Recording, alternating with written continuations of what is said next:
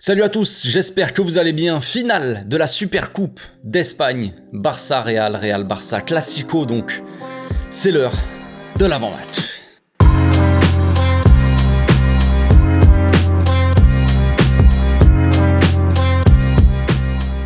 Au passage, n'hésitez pas à vous abonner, liker et commenter. C'est le meilleur moyen de me soutenir et ça fera plaisir à tonton.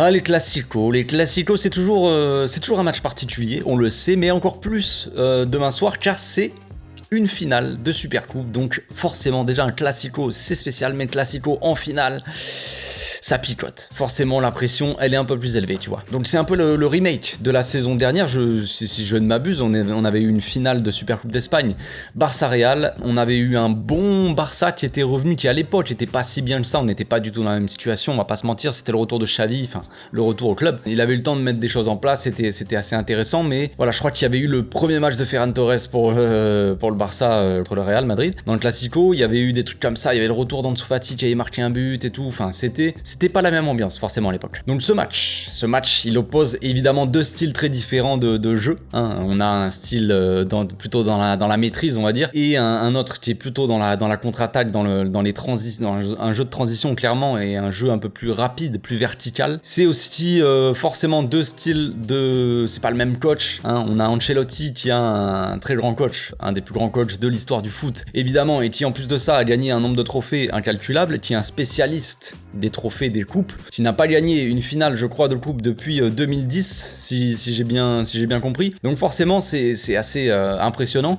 Et de l'autre côté, on a Xavi, qui est encore un jeune coach, voilà. Forcément, il vient de démarrer son aventure avec le Barça il y a un peu plus d'un an maintenant. Et les coupes, évidemment, c'est pas sa spécialité, c'est pas sa grande spécialité à la Chavinetta. Donc en ce moment, le Barça est plutôt bien en championnat, mais on le voit en coupe et on a un peu plus de mal, forcément. Est-ce que c'est une question de mental ou de trucs comme ça? Je pense que oui, de toute façon, dans les matchs de coupe, généralement, ça se joue un peu au mental aussi. T'as un petit truc en plus, t'as du football, mais t'as le petit truc en plus qui fait que tu vas loin, tu vois. Et ça, le Real, ils l'ont, au contraire du Barça qui ne l'a pas forcément. Donc l'enjeu est grand.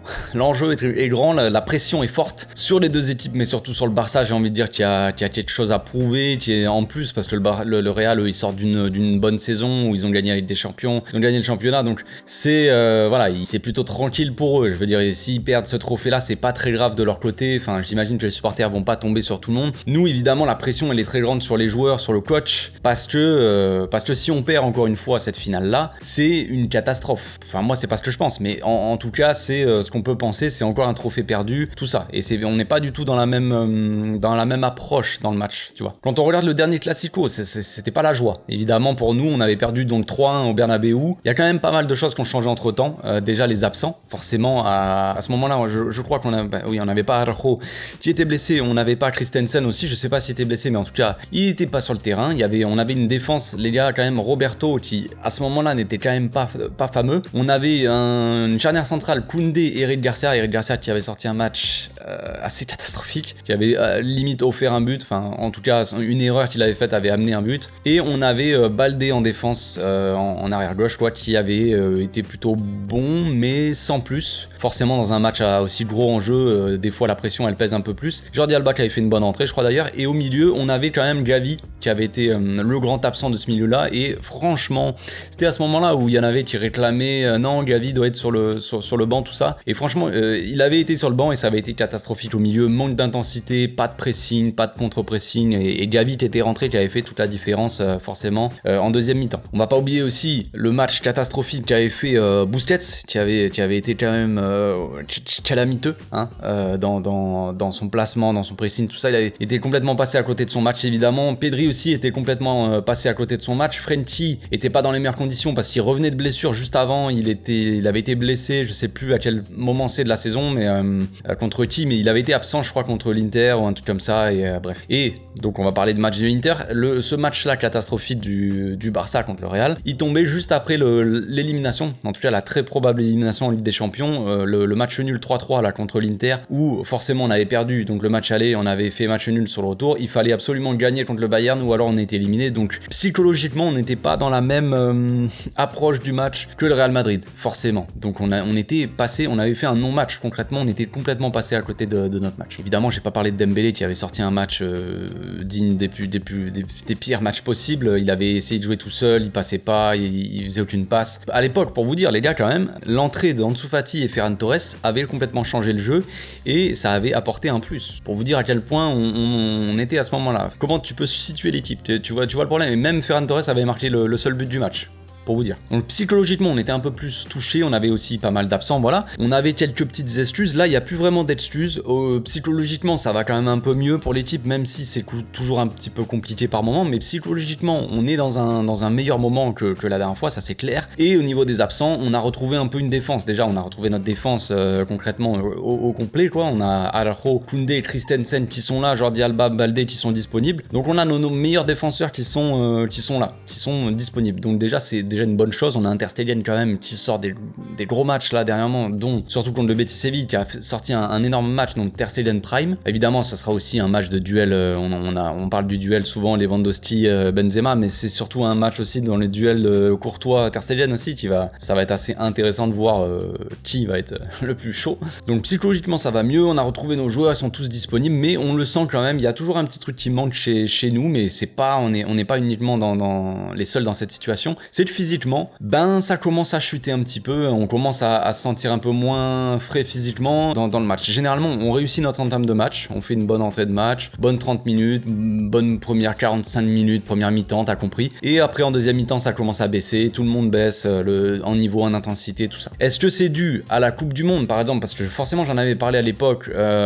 une Coupe du Monde comme ça, en plein milieu de... Déjà, les trêves, on le sait, quand on fait des trêves, ça nous coupe un peu dans notre lancée, ça te change un peu ta dynamique, tout ça. Donc une Coupe du Monde qui s'arrête, une trêve comme ça aussi longue pendant plus d'un mois, c'est compliqué. C'est compliqué après, c'est compliqué pour tout le monde. À l'image de Manchester City tout à l'heure, même depuis le retour de la Coupe du Monde, qui a quand même pas, qui affiche pas le même niveau. Manchester City, qui était une équipe qui mettait énormément d'intensité, franchement, c'est plus du tout le même visage qu'ils ont depuis le retour de la Coupe du Monde. Donc le Barça, forcément, ça doit jouer aussi, le Real aussi. Hein. C'est pas une excuse uniquement pour nous, c'est pour tout le monde, mais on voit que les matchs sont un peu plus compliqués à finir physiquement. Donc forcément, ça y joue. Je pense que la Coupe du Monde y joue. D'ailleurs, le Real a pas mal de blessés, il me semble. Il leur manque peut-être Alaba, Tchouaméni, Camavinga, je crois. Il me semble que c'est les seuls, peut-être. Je suis pas sûr, mais ils ont quelques absents comme ça en défense, donc ils sont un peu dans la même situation que nous on était face à eux dans le dernier match en Liga, quoi. Bref, ce match va se jouer donc sur la maîtrise de balle et les transitions offensives, défensives. On connaît le style de jeu de cette équipe de Madrid, comme je l'ai dit, c'est une équipe qui joue les contres à fond. Avec un Valverde, tu auras un gros volume de jeu qui sera évidemment dangereux sur des frappes, des ailiers très rapides sur les côtés qui prennent la profondeur et un Benzema qui se balade un peu partout, qui vient demander le ballon. Un coup il vient demander le ballon, mais aussi des fois il fait des appels dans la profondeur. Donc attention, voilà, c'est une équipe qui est dangereuse dans les attaques rapides, c'est très vertical. Donc il faudra faire attention aux frappes à l'entrée de la surface, comme on avait vu contre eux dans le dernier match. Hein. C'était pareil, on s'était fait prendre comme ça contre l'Inter Milan. Chez nous, j'avais dit attention aux frappes à l'entrée de la surface. Je me rappelle, j'avais dit ça avant le match contre le Real, et on s'était pris 2 buts comme ça. Un but où c'était revenu sur Benzema, je crois, à l'entrée de la surface, mais il était seul, il y avait tout le monde sur Vinicius. Et un autre but sur Valverde, pareil, qui à l'entrée de la surface, pour le coup, je sais plus, c'est une passe en retrait de je sais plus qui, d'un joueur du Real, qui la donne à Valverde, qui est à l'entrée de la surface, qui a tout le temps, et Valverde, il a une très bonne frappe, on le sait, on le connaît. Donc attention à Valverde, attention à ses frappes à l'entrée de la surface, parce que ça peut faire très très mal, évidemment. Donc la grande question que doit se poser Xavi peut-être en ce moment, la grande question que je me pose aussi un petit peu moi à l'heure au moment de faire ma compo, c'est est-ce que on doit reconduire la composition d'équipe, donc le système de jeu, on va dire, qu'on a mis contre l'Atlético Madrid. Rappelez-vous, on avait mis Pedri en faux ailier avec Baldé qui prenait le couloir à sa place, et on avait un milieu à 4 en carré, Pedri, Gavi, Frenkie et Busquets, donc un 3-4-3 concrètement. Ou est-ce qu'on doit rester un peu plus prudent, on va dire, à refaire un peu la même compo qu'on a mis contre le Betis, et peut-être avoir un peu moins de maîtrise dans le jeu. Donc le 3-4-3 en phase offensive, bien sûr, ça nous apporterait donc plus de maîtrise et de supériorité au milieu. Forcément, on aurait 4 milieux contre 3, donc on aura un peu plus de maîtrise au milieu, mais sur les transitions défensives, les contre-attaques de côté Real, ça peut faire très très mal. C'est ça le problème de jouer en 3-4-3. C'est évidemment quand on a le ballon, c'est bien beau, mais s'ils font des transitions très rapides, on peut se faire prendre dans le dos, et ça peut vite être très dangereux en fait. C'est pour ça que personnellement j'hésite beaucoup. Même si les contre-attaques, on les avait quand même bien gérées contre l'Atlético. Et si on choisit un autre système avec des vrais ailiers, on va dire en 4-3-3, ça veut dire qu'on reste donc à 3 au milieu. Ça veut dire aussi que Busquets, je pense, ne ne jouerait pas, à mon avis. Et le latéral gauche serait peut-être aussi Jordi Alba, parce que si on joue en 3-4-3, peut-être le latéral ça serait plus Baldé. Si on joue en 4-3, le latéral ça serait plus Jordi, je pense. Baldé il est intéressant dans ses projections, donc c'est à moitié un ailier, à moitié un latéral gauche. Jordi Alba monte aussi beaucoup, mais il est plus intéressant dans son utilisation du ballon, dans son jeu de passe. On va dire que Baldé, le jeu de passe c'est pas trop ça encore. Il est pas aussi bon il fluidifie pas le jeu pour ressortir les ballons, tout ça. Jordi Alba il est quand même assez important, même si tout n'est pas parfait avec Jordi Alba, je le sais bien, dans ses relances, tout ça, c'est quand même mieux que Baldé, je pense. Après, défensivement, évidemment, c'est une autre histoire. Mais bref, vous avez compris, selon le système, ça change pas mal de choses dans la composition d'équipe. Donc si tu choisis un milieu à 4, t'as plus de maîtrise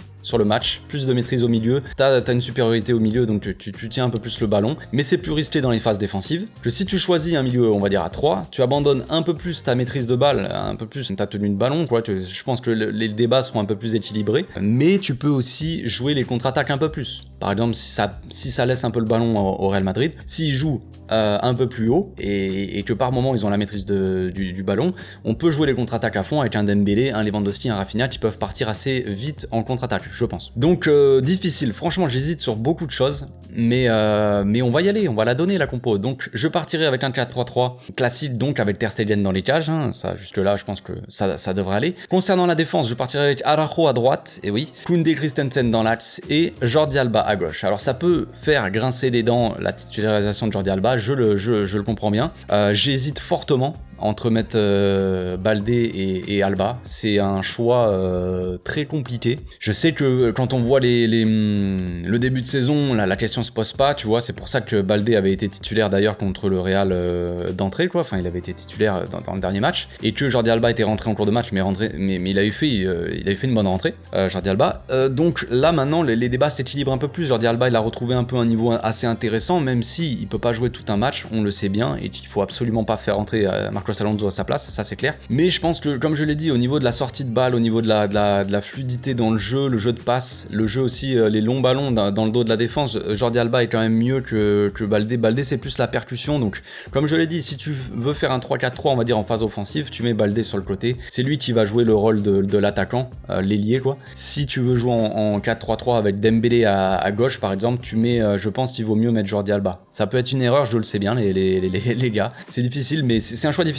Voilà, je ne sais pas. Après, je mets Araujo à droite, on connaît l'histoire, le fameux plan anti-Vinicius, que moi, ça, je suis pas fan de tout ça, mais en vrai, on le sait, Vinicius va falloir le tenir, et je pense que Koundé, dernièrement, quand même, on le sent un peu émoussé, et sur les derniers matchs, on voit quand même qu'il est quand même mieux dans l'axe que sur le côté. Donc il a joué en plus dans l'axe en début de match contre le Betis, donc voilà, juste avant, il y a 3 jours, 4 jours là, il a joué dans l'axe, donc autant le remettre dans l'axe avec Christensen, et Araujo à droite qui va essayer de tenir Vinicius, c'est notre arme anti-Vinicius, on va dire. Araujo devrait faire normalement un match de guerrier, il va tout donner, j'ai confiance en mon Ronald. Allez mon gamin. Donc au milieu, je partirai avec Frenkie de Jong, Pedri et Gavi. Donc pas de Busquets, comme je l'ai dit, si on fait un milieu à 4 en phase offensive, je pense que Busquets sera titulaire. Il y a des chances qu'on voit ça aussi, comme je l'ai dit, hein. Il y a de très fortes chances qu'on voit un 4-3-3 hybride avec donc Baldé qui prend le couloir, ou même Jordi Alba, hein, et Dembélé à droite avec un milieu à 4, donc Busquets, Frenkie, machin, comme on a vu contre l'Atlético. Moi, ce ne serait pas mon choix. J'ai vu un match quand même assez excellent de ce milieu-là, surtout une très bonne première mi-temps contre le Betis. On a été vraiment excellent, surtout avec un pressing comme ça assez haut de la part du Betis. On a été excellent, les joueurs ont mis beaucoup de mouvements, ont été énormément disponibles. Gavi a fait pour moi un excellent match. Pedri aussi dans la maîtrise du ballon, tout ça. Il a un peu moins joué, il joue un peu moins haut, mais les gars, Pedri il joue moins haut, c'est pas uniquement à cause de Busquets ou Frenkie ou quoi que ce soit, c'est qu'il joue moins haut le Pedri quand on joue à 3 au milieu. Quand on joue à 4 au milieu, il a un rôle un peu plus haut sur le terrain parce que on a un double pivot Busquets, Frenkie. C'est ça aussi le rôle de Pedri. Est-ce qu'il faut jouer à 4 au milieu pour que Pedri soit plus haut et plus dangereux ou pas? De toute façon, c'est des choix très compliqués à faire, mais bon, j'ai choisi ça, donc voilà. Donc comme je l'ai dit, la maîtrise au milieu de terrain, elle était parfaite contre le Betis, jusqu'à ce qu'on baisse un peu en intensité, surtout en première mi-temps, voilà, on a été bon, deuxième mi-temps, on a baissé en intensité, tout le monde a reculé. J'ai vu beaucoup de commentaires qui disaient qu'on a reculé à partir de l'entrée de Busquets, mais on avait reculé déjà bien plus tôt. Ça se vérifie même par des stats, j'ai vu des graphiques et tout, où on voit la zone de Frenkie, la zone de Busquets, elle est quasiment équivalente en deuxième mi-temps. On voit en première mi-temps, Frenkie joue très haut, Pedri, Gavi jouent très haut, les latéraux ils jouent très haut dans la moitié de terrain adverse. Et en deuxième mi-temps, on a les latéraux qui jouent beaucoup plus bas. Roberto et Jordi Alba qui jouent beaucoup plus bas. Busquets et Frenkie qui jouent quasiment au même niveau mais plus bas. Pedri et Gavi qui jouent aussi plus bas. Donc en fait, toute l'équipe a baissé. On a baissé aussi en intensité, en pressing, tout ça. On a mis moins d'intensité dans le pressing. Donc on s'est mis à jouer plus bas pour garder de la sécurité, on va dire. Parce que forcément, si tu joues haut, tu dois mettre beaucoup d'intensité dans ton contre-pressing, dans le pressing. Tu dois éviter qu'ils partent en contre-attaque. Tu dois avoir le ballon. Et ça, on peut pas le faire encore tout un match. On n'a pas les qualités physiques pour le faire. On n'a pas la forme pour le faire, quoi. Donc pour finir, je partirai avec une attaque. Donc Rafinha à droite, Lewandowski dans l'axe et Dembélé à gauche. Voilà, c'est l'attaque pour moi qui est la mieux, on va dire. Même si j'attends toujours plus de Rafinha, forcément. J'attends forcément un match différent de Dembélé, parce que Dembélé a été très bon dans le Betis. Donc j'attends un match un peu dans le même style. Parce que dans le Classico, dans le dernier Classico, il avait été quand même catastrophique Dembélé. Franchement, il m'avait fait péter un plomb. Donc j'attends un match un peu comme le Betis, de la part de Dembélé, de la percussion, tout ça. Et Rafinha, j'attends des passes, comme il a fait sur le but hors jeu, où il était hors jeu, là, sur le but de Pedri. Mais des petites passes comme ça, dangereuses au-dessus de la défense. Il a les qualités pour. Côté droit, on a côté gauche, on a Jordi Alba qui a ces qualités-là pour faire des passes au-dessus de la défense. Et côté droit, c'est principalement Rafinha qui a cette qualité-là, tu vois. On a deux joueurs de qualité dans les passes comme ça qui peuvent faire des petits ballons piqués et ça peut apporter beaucoup de danger dans le dos de la défense. Pour une équipe comme le Real, peut-être qu'il va presser assez haut, ça peut être intéressant. Donc Rafinha, j'en attends un peu plus toujours. J'attends aussi un peu plus de percussion, même si pour moi, c'est pas forcément un pur dribbleur, c'est pas comme Dembélé, tu vois, c'est pas un joueur, mais il peut percuter sur son côté, il n'est pas obligé de s'enfermer dans des vieux dribbles, il faut juste qu'il fasse des crochets, frère, essaie pas de faire des passements de jambes ou des trucs comme ça, non, juste essaie d'être simple, frère, de jouer simple, de cavaler, de cavaler, quand il y a la possibilité de partir en contre-attaque, tu cavales, quand t'as la possibilité de frapper, frère, tu nous fais une frappe en lucarne comme tu l'avais fait en pré-saison, et puis c'est tout, on n'en parle plus, et oui, c'est facile. J'attends aussi évidemment un peu plus de Lewandowski, hein, contre le Betis Séville, c'est bien, il a marqué, mais ça avait été assez brouillon. Il avait été très hésitant, on sait qu'il est en manque de rythme, tout ça, il s'est pris un rouge, donc voilà. Et évidemment, pour finir, j'attends normalement, on va dire, j'attends quand même beaucoup de la probable rentrée, le rôle de Clara Ansu Fati en deuxième mi-temps. Il y a de très fortes chances, on l'a dit dans les dernières vidéos, Ansu Fati est surtout bon en super sub,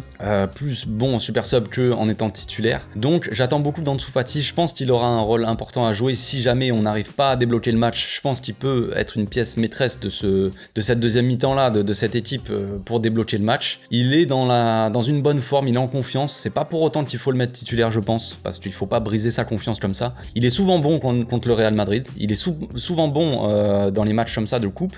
Il est souvent bon quand il rentre en cours de jeu. Donc c'est le match idéal pour lui pour encore une fois reprendre la confiance et être titulaire la semaine prochaine contre le Ceuta là, en Coupe d'Espagne. Voilà les amis, je pense que j'ai fait le tour. Ça sera évidemment un match décisif pour la confiance, pour la suite de la saison et tout ça. Ça sera probablement le premier trophée aussi de l'ère Xavi. Enfin, c'est possible que c'est une possibilité en tout cas. Donc, il faut absolument aller chercher ce trophée. Forcément, c'est important. Même si pour moi, ce trophée-là en soi, il n'est pas spécialement important, mais c'est important d'aller chercher un trophée déjà pour la confiance. Pour cette équipe-là, psychologiquement, pour aborder la deuxième partie de saison de la meilleure des manières, tout simplement. On se retrouve demain, les amis, pour l'avant-match sur YouTube, à peu près 1 heure avant le match, et pour le débrief à chaud ensuite. On espère une victoire. Hein. Donc d'ici là, passez une très bonne journée. Bon match à tous. Ciao.